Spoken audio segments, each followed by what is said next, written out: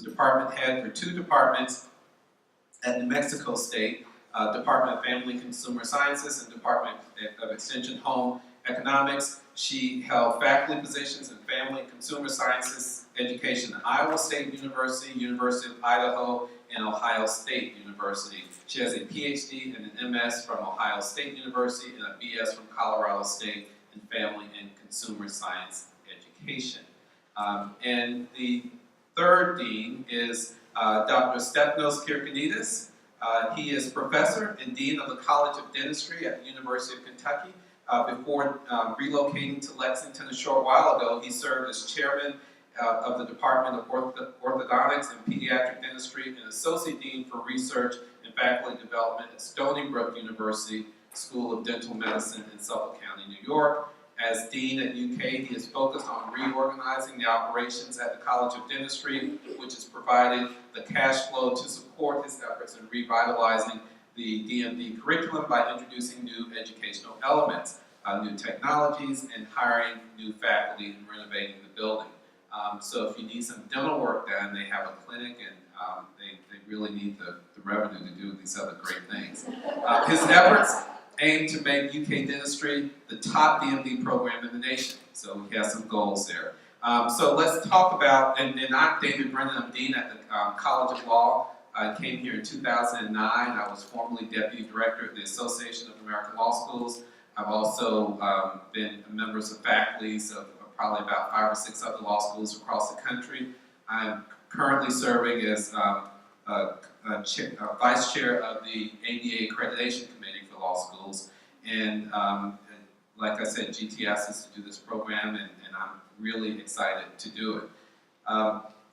What we're going to do is have each of the committee members talk, the panel members talk for about 5 to 7 minutes, maybe a little longer, and talk to you about their various perspectives on leadership and leading in an age in which we have these multiplicity of types of students before us. Each of us has decided to focus on a different sort of cadre of the folks that we encounter in our roles as deans. Christian Brady, if he shows up, will be talking about students. If he doesn't, we'll find something to say about the students. Secondly, Stefanos Kirkinidis will talk about the role of faculty and the challenges there in terms of leading with faculty of various sort of experiences and levels of development.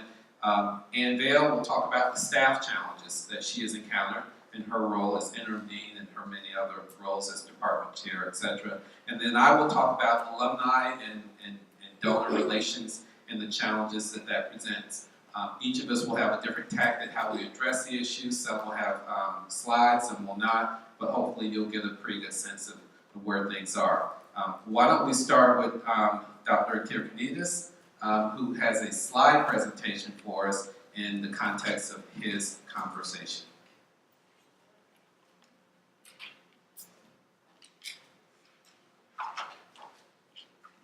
Thank you, Dean. Good afternoon. Just a little background. I was invited to join UK in the spring of 2015, and I was hesitant. And I got a phone call from a friend of a leader on campus who said, "Are you nuts? You got to go there." So we sold our house, quit our jobs, got the kids out of school, packed up, and moved to Kentucky, knowing very little.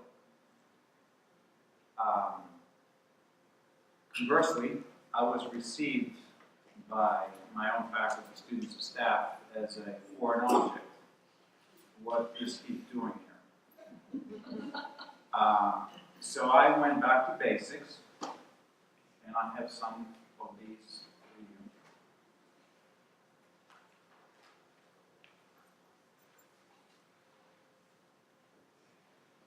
you. Of how I was able to navigate in the last 2 years.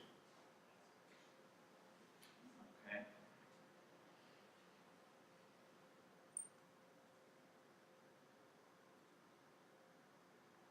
I'm trying to figure it out.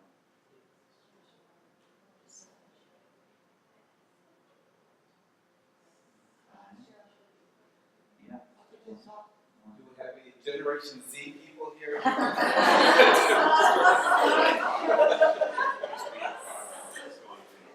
to slideshow top. Right there.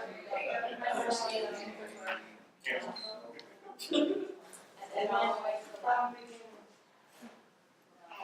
I'm good. You see where it says resume slideshow, just in the middle there? Right, it's something with the computer settings. I think this is big enough. Let's just try to go with that. Just give me 1 second. Okay. I'm zooming.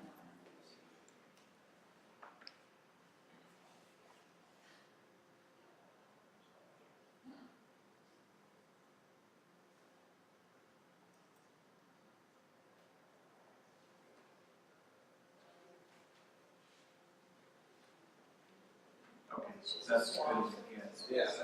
If you go to the display settings, Swap. swap was interviewed. Thank you. All right, we got it. All right, so I was asked to bring in context Generation Z. So as I said, I went back to that basics and read a couple of books, and it turns out that the biggest challenge we have is what?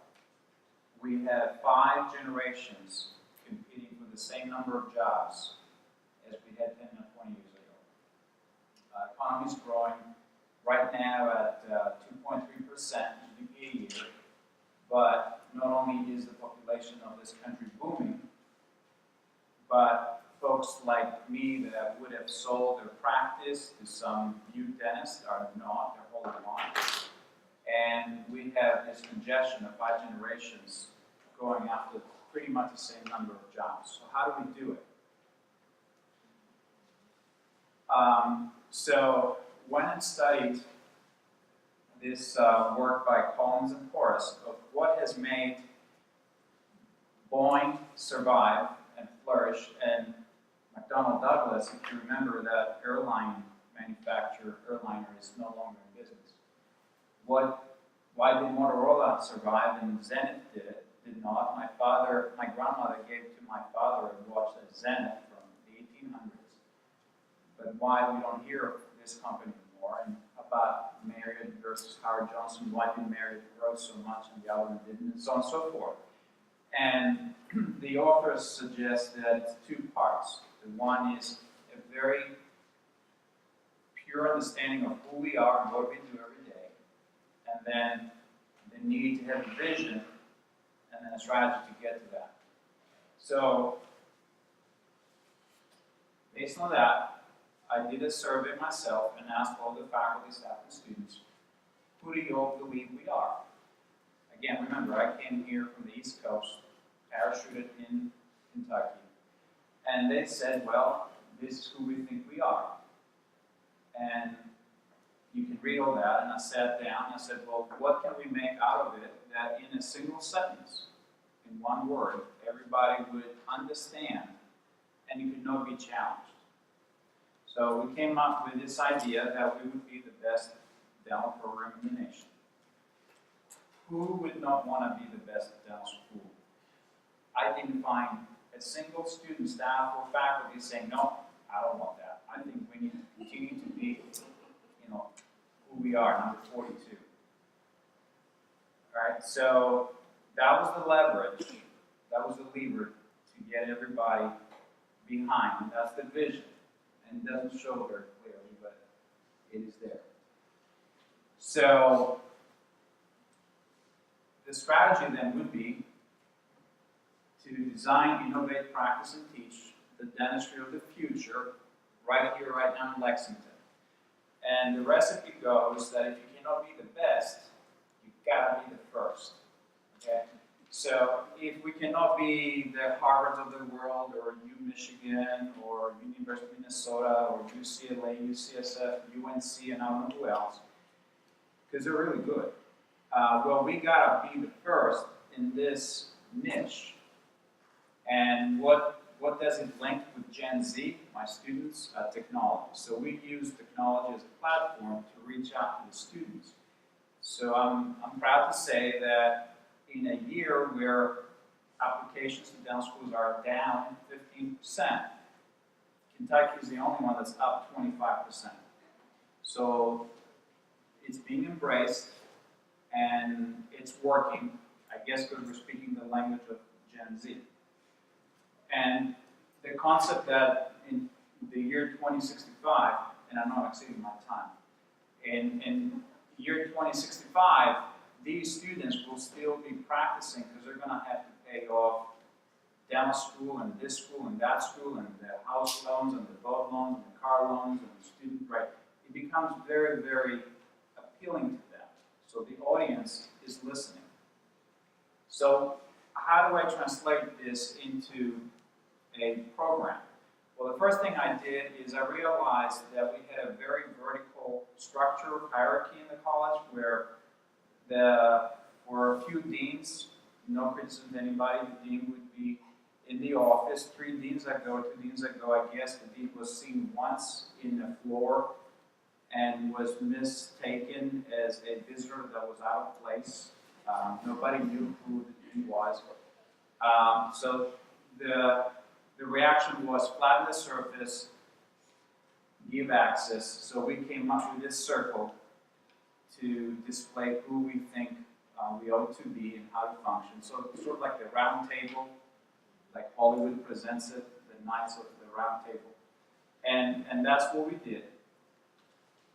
The second thing I found out was that we had a very centralized command and control communication. And because there was no transparency and no real communication, the rumor mill was really going wild. So what we did is we moved from centralized to this distributed model. That's actually engineering work from the 60s that described that the information should flow freely within all the members. The rumor mill has pretty much evaporated because information is not a tool anymore by some to achieve whatever they want. We also changed the way we operate. We recognize that we have a structure that I cannot change. We have departments, they need department chairs and all that stuff. But we introduced the idea of the functional matrix, or team of teams, where we see ourselves organized not in units of structure, but in units of common thread.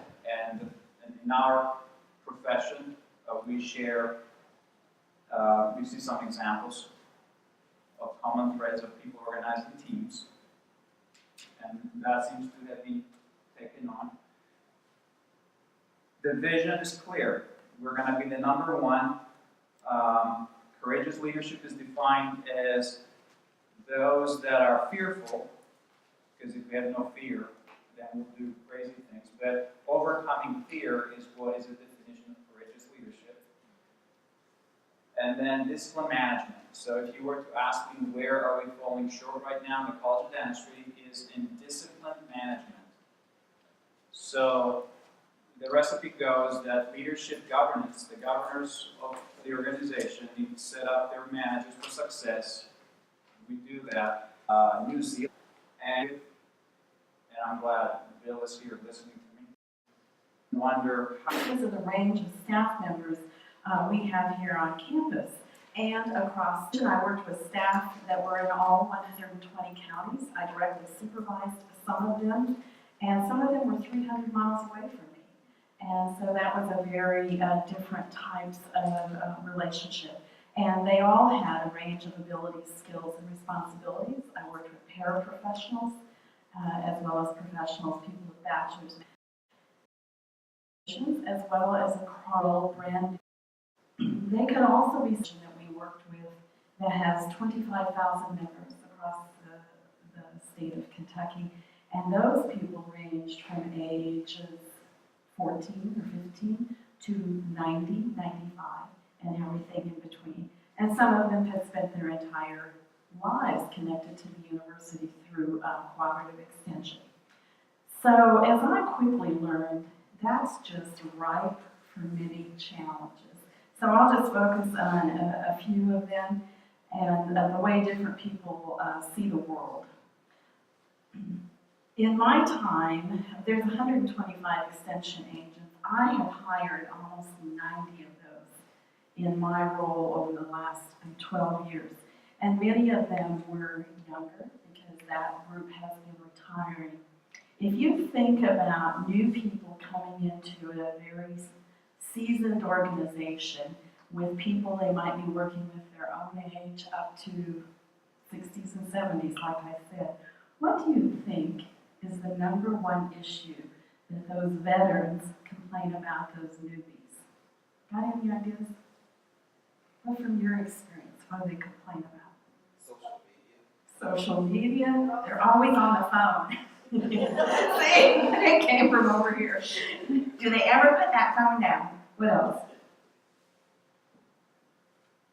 They just don't understand how we do things. That's right, they don't do things the way we've always done them, yes.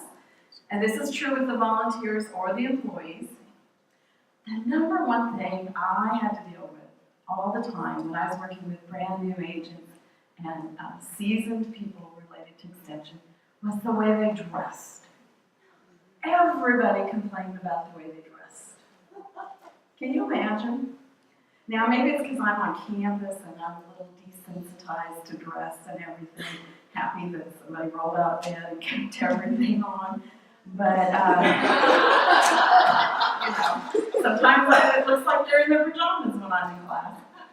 But I never knew how something as simple as dress could become a major issue across employees, volunteers, and really stopped work in progress. So that was one of the challenges I dealt with. And, you know, that's really hard when you're 22 years old and you've got loans and you don't have any clothes. I finally told one group of volunteers, I had heard from several of them over several months. I finally told them, you know what I'd like you to do? I'd like you to buy her a gift certificate so she can go buy some new clothes. You know what they did? And she did. And they all love each other now. So anyway, it wasn't the problem I thought that I would be working on solving. The other challenge I had in that is oftentimes that 22-year-old brand new extension agent was going to supervise a paraprofessional who was oftentimes much older than them. In some cases, my most extensive case was where somebody was in their 70s and had worked for 45 years from the day the program started that she was leading, and now this 22-year-old was going to come in and supervise her.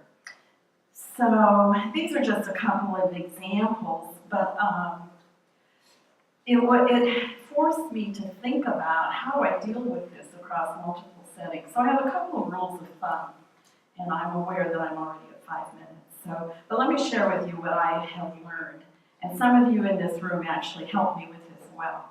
First thing is that structure matters. When you've got people dispersed all across the state, multiple age groups, multiple responsibility levels, structure matters. Good job descriptions, explicit explanations of what we expect from them, strong evaluation tools with rubrics that give people support and know what's expected. People have to know what's expected, especially when they're working across generations and they might be working with somebody older than them. They've got to have things laid out so that gives them support in carrying out their job responsibilities. The second rule of thumb I developed is training, training, training. And no one wants to go to another workshop, I know that. But if you really want people from several generations to work together, you've got to train them. And in many of my cases, I realized I had to train the volunteers as well as the employees to work with these younger agents and vice versa, the younger agent working with the older people. We trained on working across generations, we trained on communications, we trained on problem solving, and we trained on team building. And you can never stop that, you're never done with your training. The third rule of thumb is I had to look for ways to create opportunities for people to work together. And I had to create opportunities where everybody could shine. And one particular opportunity I remember very well is a group of our employees that were in one district of the state were going to put on a workshop. And of course, the old guard wanted it done one way, and the younger group wanted it done another way. And we figured out how they could all get what they wanted, and we had this workshop that 35 people attended. Now, we had 12 employees putting this on, so 35 attendees, 12 employees. Wasn't our best turnout, but the young agents had organized it so that every speaker at that meeting was then on Facebook. And they had those sessions on Facebook that they could all post from their county websites and Facebook pages. And the least amount of likes that they had in the one local level was 500. The old guard would never have had 500 people attend their workshop. So that was, in that particular setting, that was a real aha moment and really gelled that group together, that they can both get what they wanted and be successful. So looking for opportunities to work together and be successful. And then the fourth rule of thumb I try to follow in working across generations is that I have a crucial role as the leader or the supervisor. I need to be strong, I need to be encouraging, I need to coach, I need to cajole, and sometimes I just need to insist that it will be this way. And so I think I'm still working on that. And I see a social work faculty member in here, so you can ask him how I'm doing at that. But I continue to learn as a leader, and these opportunities, I think, have helped me be better, and those are some of my rules of thumb. So thank you for the opportunity.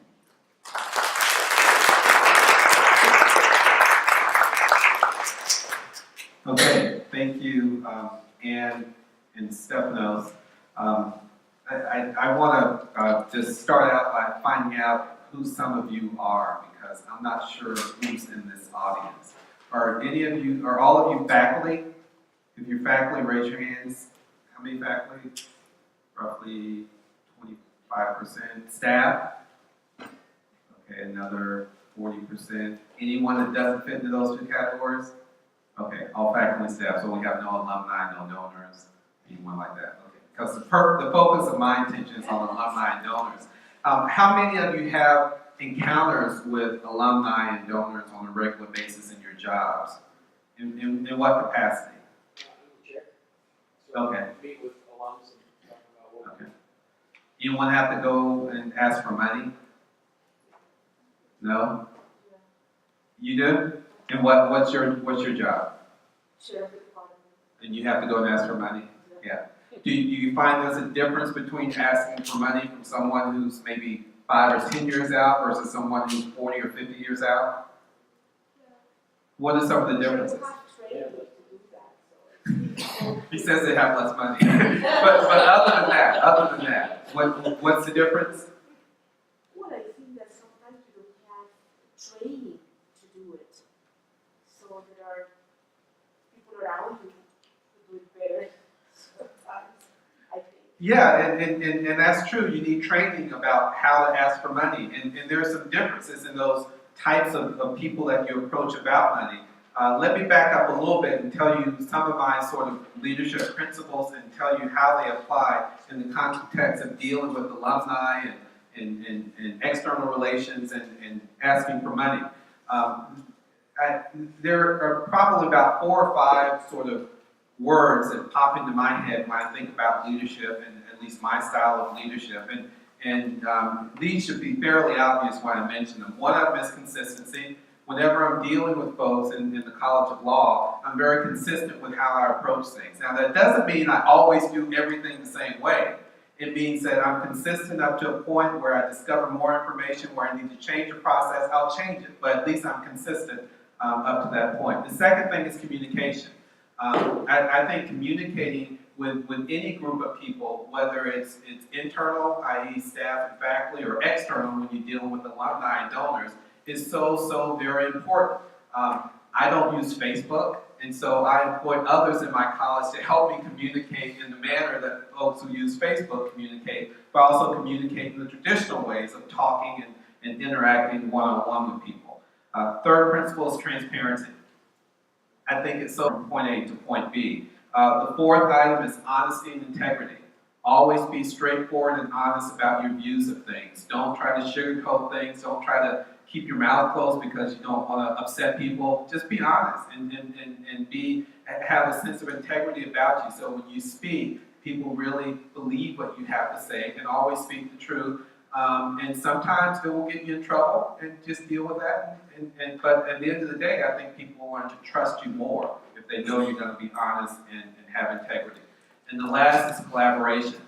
And this is where some of the stuff that we've been doing at the university over the past couple of years really comes into play. We've been doing a lot of unconscious bias training, and that's so critically important because it's only through collaboration that you can overcome some of your own personal biases. We all have them. I mean, I have them. No matter how much I think I may know, there's something I don't know. And my wife will remind me of that quite often. So always collaborate to the extent that you can. That's why I think committees are important when you're making major decisions in your college. Committees not only of faculty, but of staff as well, because the college operates with both faculty and staff working in tandem. And also with the alumni and the external pieces. So taking those 4 or 5 principles together, this multi-generational facet. Let me give you one little factoid here. Monstrosity over on Limestone, if I can find this number here. Their residency tuition rate was $240 per semester. For non-residents, it was $605 per semester.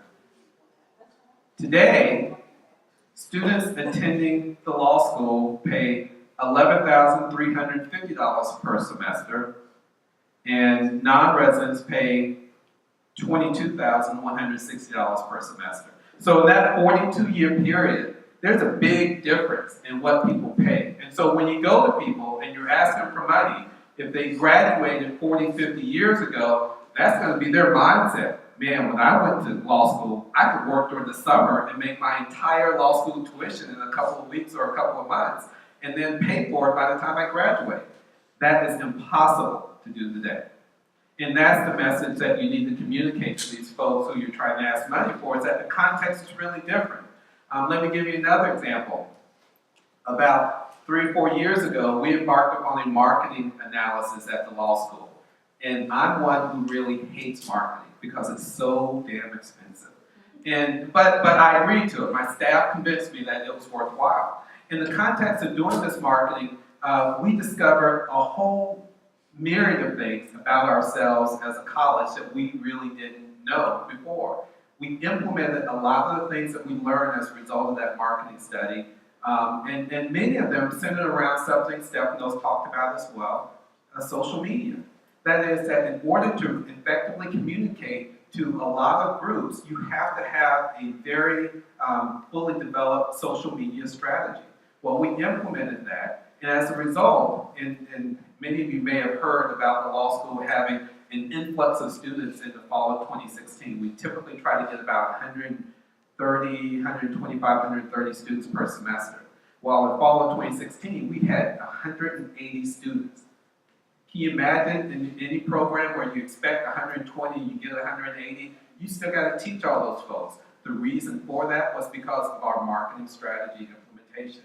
We invested in the social media strategies and did what the marketers told us to do, and it was overly successful. So the next year, instead of accepting the same number of people that we had accepted before, about 65% of applicants, this year we accepted 43% of applicants. So we increased our selectivity. Our credentials went up in terms of the LSAT scores, and we are maintaining and monitoring that social media piece of what we do because we know it makes a difference. And so now I'm a believer in marketing and in social media, but I still don't have a Facebook account.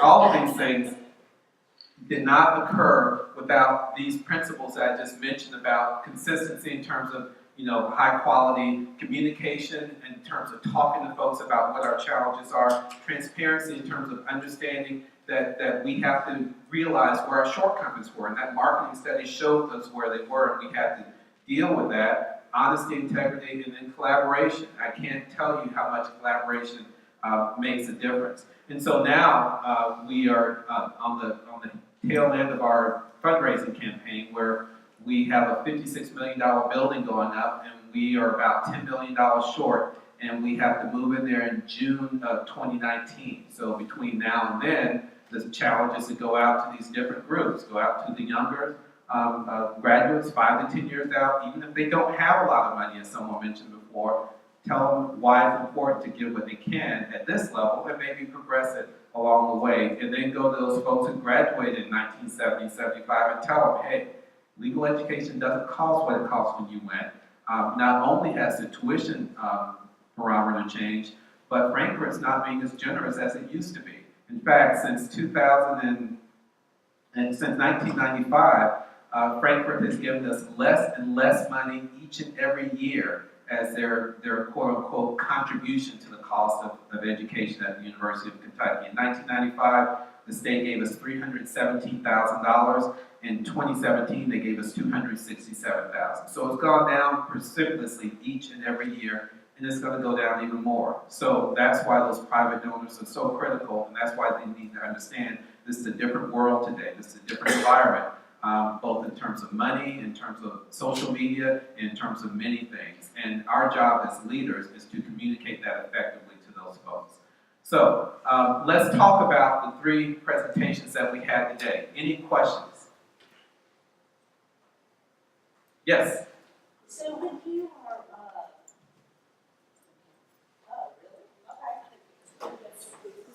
Just like Phil Donahue. Some of you may not remember Phil Donahue. Do you actually think ahead and have different approaches when you're going to someone from different generations as to how you will go about asking them for money? The approach, is there a different approach that you use?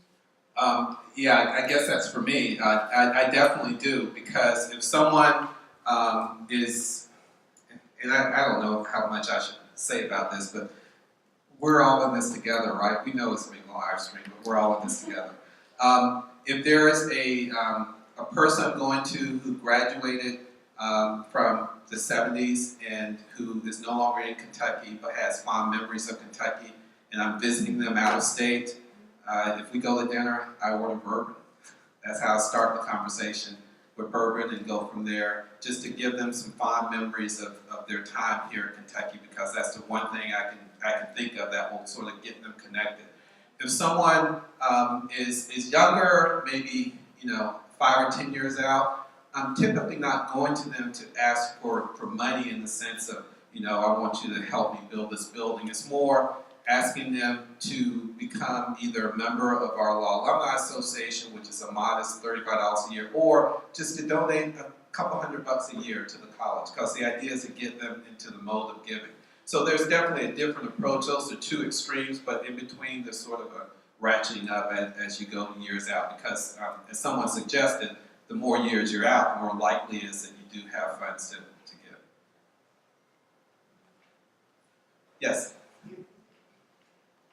This question is also for you. Okay. With regards to transparency that Uh-huh. you talked about. So what kinds of things do you make sure that you're transparent with? Like metrics or data or? Yes, yes, and yes. Yes, it is, yes. Yeah, well, there's a couple of things, well, there's a few things I do on transparency. One is I have a monthly open meeting with the faculty. Believe it or not, there are environments in which that's not done. So I do an open meeting every month, 1 hour, but no more, and we're done. I do a retreat every year, and I think many deans do that, having a retreat, a 1 or 2 day retreat. I usually do it in August when folks are getting back to campus. Twice a year, I'll do a full budget presentation so that the faculty and the staff know where every penny has been spent.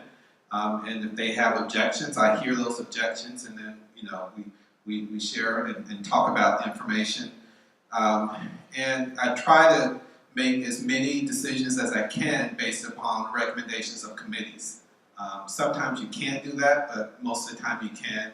And that usually is pretty transparent, because the committees will talk to their fellow colleagues in terms of coming up with whatever the solutions are.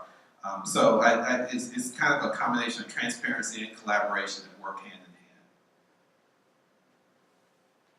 I want to know how Stephanos is going to be the #1 dental school.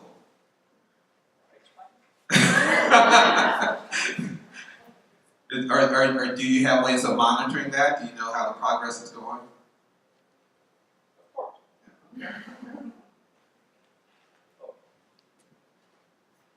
So our, 'Cause that's always a challenge when you have a goal like that. It's just so, way up here. right, so the best answer is that the existing metrics for who's number one and who's number two do not apply to us, so we created a set of measurements and metrics that apply to us. And we are in the process of making the case in the Journal of Dental Education why we think we need to relook at how we assess the value of dental education. So the existing on the web available engines consider a number of parameters that are not in our favor, so we're just going to create our own. So the most important thing for us is placement.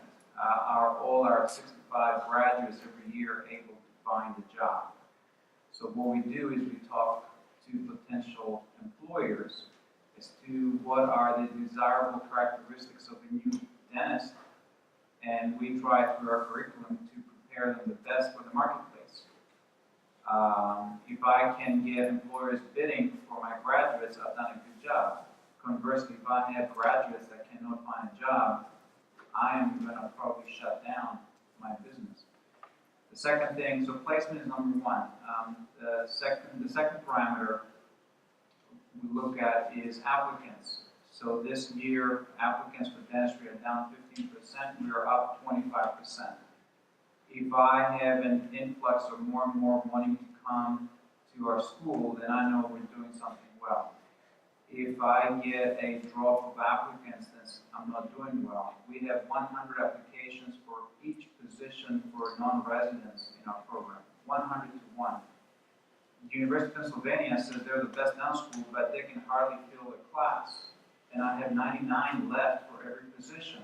Which dental school is better? I don't know. And so on and so forth. And then, of course, the favorite is numbers. How's your budget? Yes. The big difference between dentistry and everybody else on campus, with the exception of medicine and pharmacy and optometry, is that we have our own clinical revenue. In fact, Kentucky dentistry relies on clinical revenue 50%. It's the highest that we know in North America, and it's probably around the world. There's not a dental school that relies on patients coming in and paying fees 50% of our existence. It's pretty high. And so remember I told you he needs your money. Come by and get some dental services. Any other questions? Some of you who are chairs in departments, do you have some challenges that you want to share with us? Leadership challenges? Yes. I'm the chair of the Department of Theater and Dance, so I may or may not need the microphone. I don't know how my skills fare. And so this is my 12th year, it's my last year as chair, it's my third term, which is somewhat unprecedented, I understand. So what I've noticed is that a couple of challenges occur to me.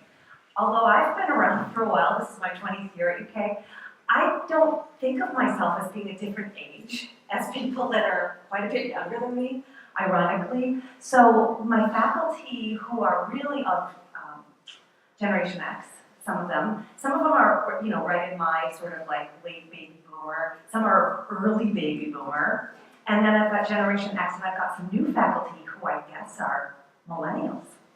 So if I start to define all of these things and kind of lead them from a place of where they're coming from, I start to go a little bit mad. So I think the idea of defining what success means and what the expectations are, it has been really important for me. And then we have a new generation, of course, with students. So that has continued to change and evolve in 20 years. So I think that's where my theater training has come in handy, because you just have to meet people where they are, and it's really an improvisation in every single conversation. But, and then I also have a teenage daughter who is 16. So I'm dealing with probably every generation since, I don't know, Louis XIV in my daily operations. But what I'm noticing, because I'm in theater, I'm marketing all the time.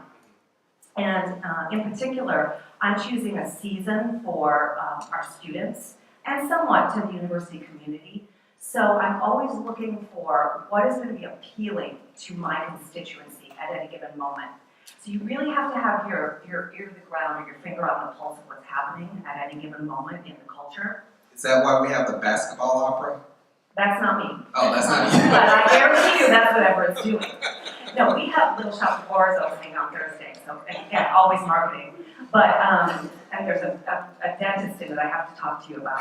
It's not somebody that would make it in your college, I guarantee. But what's interesting to me is that talking about social media and the use of social media and how when I use social media for one purpose, how is that effective in terms of reaching other generations?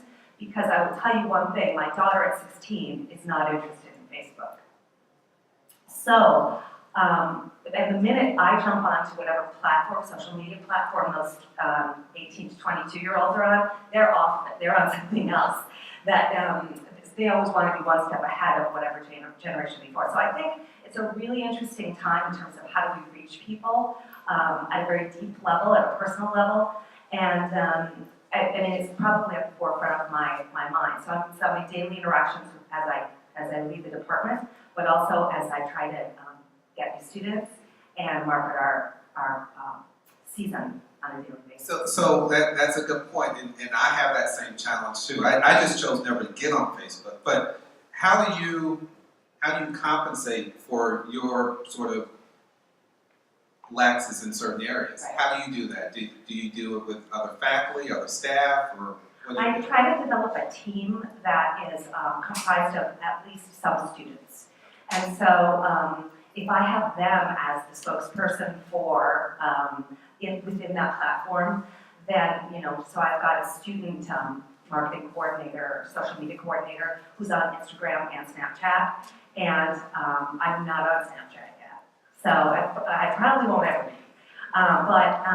So I don't have to go on there as some sort of, ancient, stalker. Then I let them be the spokesperson through that platform. Because it is really, really tricky. I mean, my daughter's on stuff now that's just coming out, and I don't even understand it. But they have little communities of people where all they do is communicate kind of positive feedback to each other. So, we think of this millennial generation as being so cynical with each other and all the online stalking and bullying. Now they've developed something that's just positive feedback, for whatever it's worth. So I mean, it's so complicated, but it's definitely part of everything that we're doing. So those students that we're dealing with who are on those platforms are going to be people we hire in 5 years. So I think it's really an interesting. It's my last year's chair. I'm going to be teaching, so it's not going to be as crucial for me, but it is really an interesting conundrum. Anyone else who's leading the department have any examples or thoughts about the idea of leading with multiple generations? How about leading in the context of different communities? Because one of the things about UK is we have lots of folks from literally around the world, different countries, different environments, rich, poor. I think that there's some similarities there in terms of bringing people together, and again, I refer to the unconscious bias training. That has a potential of being very helpful in terms of understanding where folks are coming from in that capacity. Anyone have any examples from that perspective?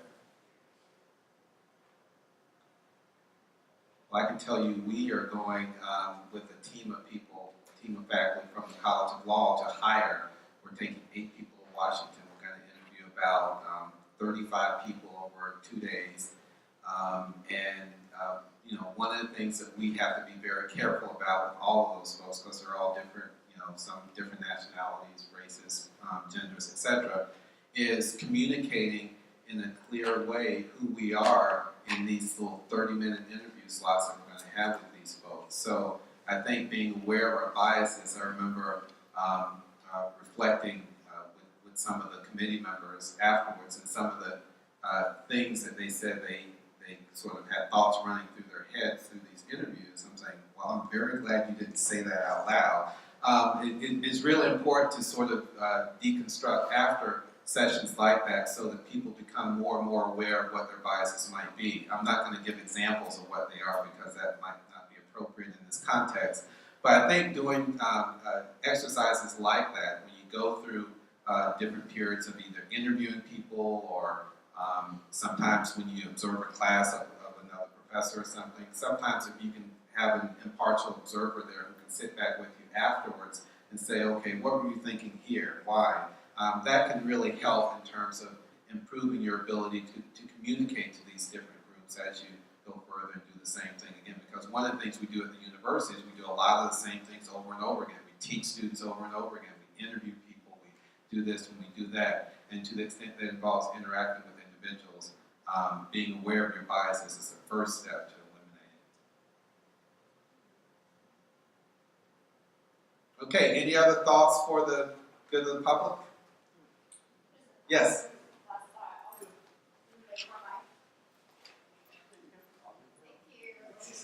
So, a little bit of a plug for the UK at Work survey. So, we talk about our culture, we talk about our values, we talk about diversity and inclusivity, but how do we measure that? You know, and I think that's a lot of conversations that we have. So, you know, we just wrapped up the 2017 UK at Work survey. And it really is looking at the engagement levels of staff and faculty. So I would encourage everyone to get excited, I'm excited, about that data because I'm sitting here, you know, I'm asking questions about transparency and I'm thinking, gosh, there's so much great data within this survey that we should capitalize on.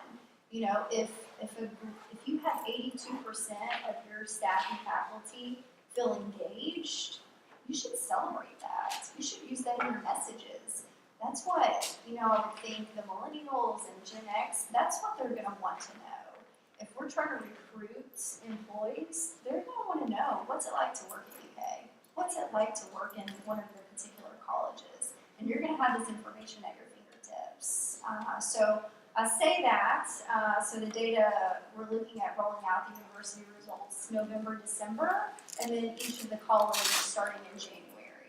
So I think it's just a great opportunity as we talk about how we lead across generations, that we have some data points to start that conversation, to start engaging through focus groups, whatever it may be, whatever it looks like within the areas. But it's just a good opportunity to have some dialogue because it gives you a chance to say, hey, this is what our scores say, but let's have a conversation about what that looks like. What does that look like for you? What were you thinking when maybe when you answered this question? So talk about that for a minute. Great. So November, December. Yeah. We're ready. All right. Thank you all very much. I appreciate your time. The panelists do as well.